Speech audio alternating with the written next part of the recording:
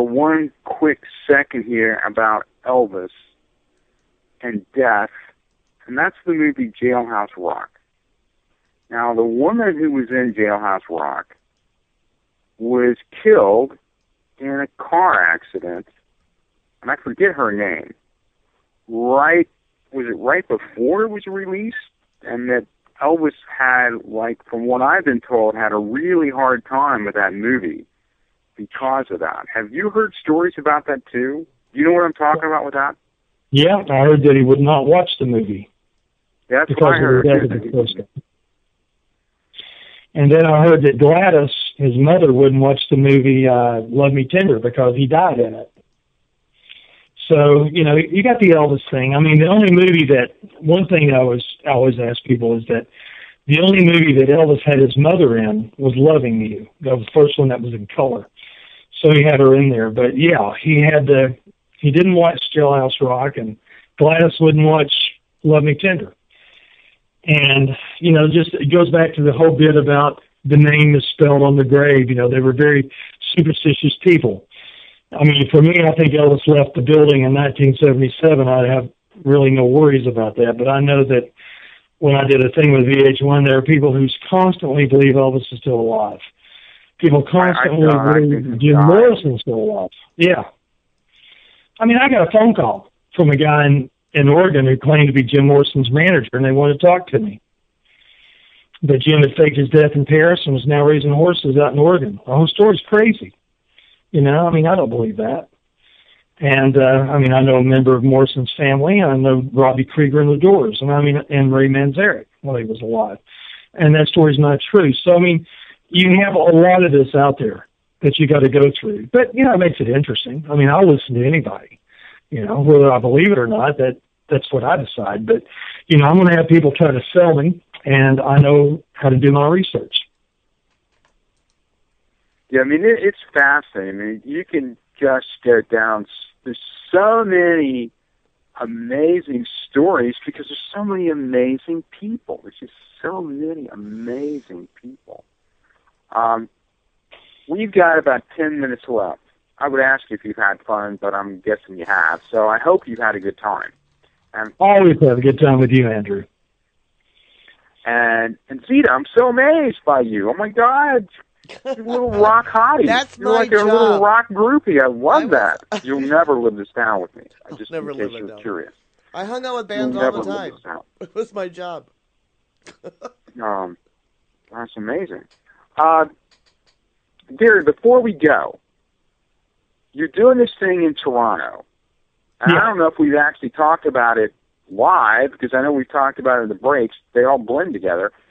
So tell people, again, if you haven't told them, like when we're not on a break, about what's going on in Toronto in November.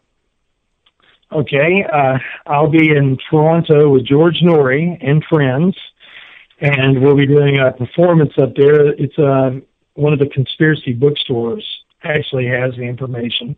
You can check online at George Norrie Live, and they should have that, or George Norrie in Toronto, and they should have a list of the guests.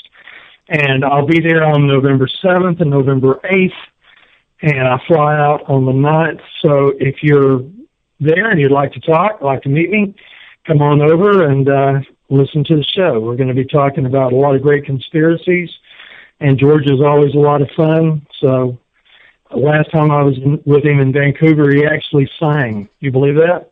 And so who knows what George has provided for us in November. But if you happen to be there, I'd love to see you. I'd love to meet you. So come on up. Do you have any other events going on besides that in the near future? Well, actually, I was talking to my friend Peggy Sue Guerin, who Buddy Holly wrote the song for, Peggy Sue, and she's doing a tour, which sort of reminded me of Cedar over there. But she has a guy who does Buddy Holly. You wouldn't believe him. His name's Steve Taylor. He's from England. He's fabulous. And they're going to do a series of casino tours. And she wants me to go on the road and play with them. So I'm still deciding to do that. That would probably be sometime late, probably November, before that started. So I've got that. And, of course, I do a lot of radio. And got a couple of television things that I'm looking at still that we're working on. So I'm usually pretty busy, but I always have a good time, Andrew. That's the name of the game. That's fantastic. That's fantastic. Is George still doing that thing in Boulder? Does he still have that going on? Oh, you're talking about his television show? Yes, television thing. Yeah. He flew me out in January. I recorded 2 shows with him there. So he has a internet television show as well. And you were just on Coast to Coast, I know, not too long ago, because we were just talking about it. Are you have any scheduled appearances on Coast to Coast coming up in the near future? Well, basically what I do, I try to do 2 long shows a year, which means I'll be on all night long from Eastern time, probably 2 a.m. to 6 a.m. I did that about 3 weeks ago. And then every now and then I'll do an hour. And if something is happening in the realm of rock and roll pop culture, I usually come on and we talk about it. Like I did an interview for George with Chicago when they were on, and that was a lot of fun. And unfortunately, when we lose somebody who's a great rock star, they usually have me come on and talk about the significance of the person and the life. And those are the ones that are sad to do, the eulogies. But as far as the music goes, I mean, like I told you before, that's what changed my life. I owe a great deal to it. I know there's a lot of people out there who feel the same way that you and I do. And if we keep the stories going, then they're going to go for more generations. And that's what we do. Yeah, that's fantastic. What was your first live concert you went to? The Rolling Stones. The original Rolling Stones. I was 13 years old. And it was in Knoxville, Tennessee. That was the very first concert I saw. So actually, that was before they were like big. Then, if you went when you were 13, I mean, they were just like. I might have been 14 because I keep remembering a Satisfaction had already hit, and I think it was Get Off My Cloud was the big one when they were in Knoxville. Now my second concert was check this one out. Keith, the guy who did 98.6, the Royal Guardsman who did Snooky versus the Red Baron. Yeah. Memphis Sam and Pharaohs, Bully Bully, and the fourth act was Tommy James and the Shondells. That was my second concert. So I started out better. Zeta, who was your first concert? Aerosmith. Wow. Mine was Humble Pie. Well, that was good too. And the following week, I went to see Johnny Winter, and oh my God, Johnny Winter was like, to us, was like a god back then when I was in high school. Was Johnny Winter? He just sadly passed not long ago. It's only been a few months, right, since Johnny Winter died. Yeah. Not very long at all. So, favorite concert that you've ever been to? For me, I'd break it down to 2. Pink Floyd on the Division Bell tour, or what was the one, Pulse. It was that same tour. And then the Allman Brothers in college with the original band with Dwayne Allman, Barry Oakley, right before Live at the Fillmore came out. They played about 2.5 hours, and they were on with Canned Heat in a group called Chase. And they were the middle band. And it was probably the greatest electric night of watching just incredible music from the Allman Brothers. And then, of course, Pink Floyd would be my next one. Yeah. And Zeta, how about you? It's going to surprise you, but it's actually Ray Charles. Oh, wow, that's nice. You know, my favorite concert, the one that I think back of that I liked the best was actually the Beach Boys. The Beach Boys put on an amazing show. I saw them lots of times in the 70s. I love the Beach Boys. I do too. And, you know, I've been to so many outdoor things. We were just talking about this last week. Gary, have you been to any of the Muddy Roots? No. They're down there. Jason Glass is down there, and, you know, he's in Nashville. And they have, I don't know exactly what you would say they are, They're not Americana exactly, but they're Muddy Roots really has a kind of an interesting vibe. You might like them, and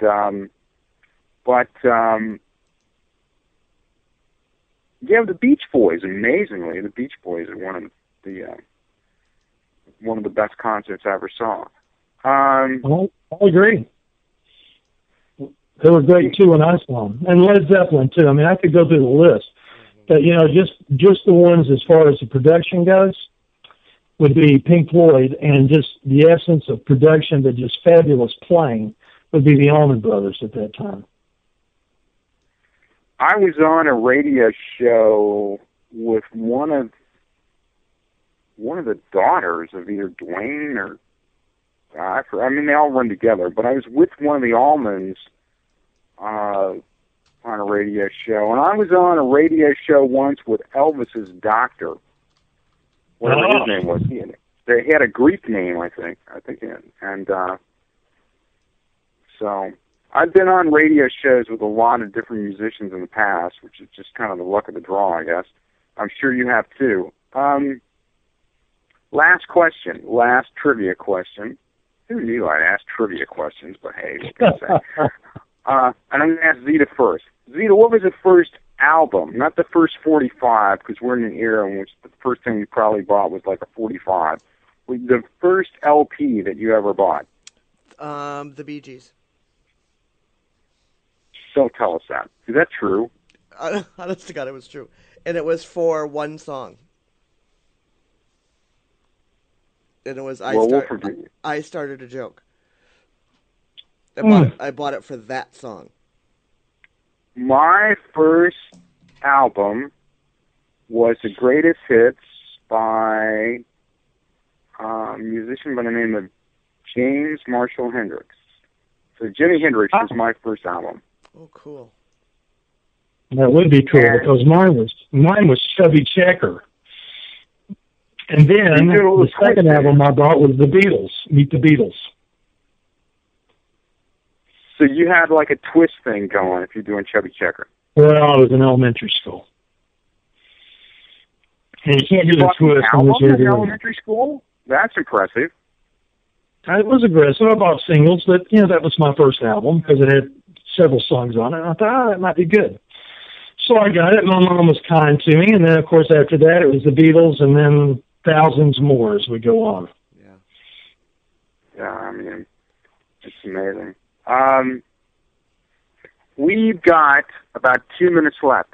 So I want to thank our guest, the Fox Mulder of rock and roll himself, R. Gary Patterson, RNR.RGaryPatterson.2014-09-15, the lovely, vivacious rock groupie, which I'm going to add to your resume, Zita Haas. On the Rock and Roll Psychic, Andy Brewer. Next week, we're going to be doing a little past life thing. Marie Ravel will be talking about past lives. And then the second hour, we're going to have two, not one, but two beautiful actresses in Los Angeles who are both professional psychics. Laura Powers and Megan Lane. So that'll be fun. So everybody have a happy week. Gary, I'll see you later. Zita, I'm going to torment you for this for the rest of your life. For the rest of my life, you're going to torment me. Well, it's so out of character for me, but for you, I'm going to make an exception. So everybody have a happy week. Gary, I love you. I will see you later. And I know you. I'm going to use that to add to my own personal mystique moving forward. So, I love it. Zita, Gary, anything you want to say as we're heading out the door? Well, I tell you what, I had fun. I enjoyed always talking to you, Andrew. And if you have a thing on past lives, I'll have to have Kim call in and talk to you because she's interested in that as well. So that'll be cool. We'll have to do that. Yeah. Past lives, man. I'm good at that. I understand. Zita, anything now that you're a rock goddess too you want to say before we leave? No, just join us tomorrow night for Backstage. We'll be on. We don't have a guest, so we're just going to kind of be blabbing and playing some music. And probably a little bit of classic rock in there. I think that's what I've already picked out for tomorrow night. So there you go. Fantastic. This will be a rock night. We will see. Well, that's fantastic. I don't know which to torment you on more. the fact that you're a groupie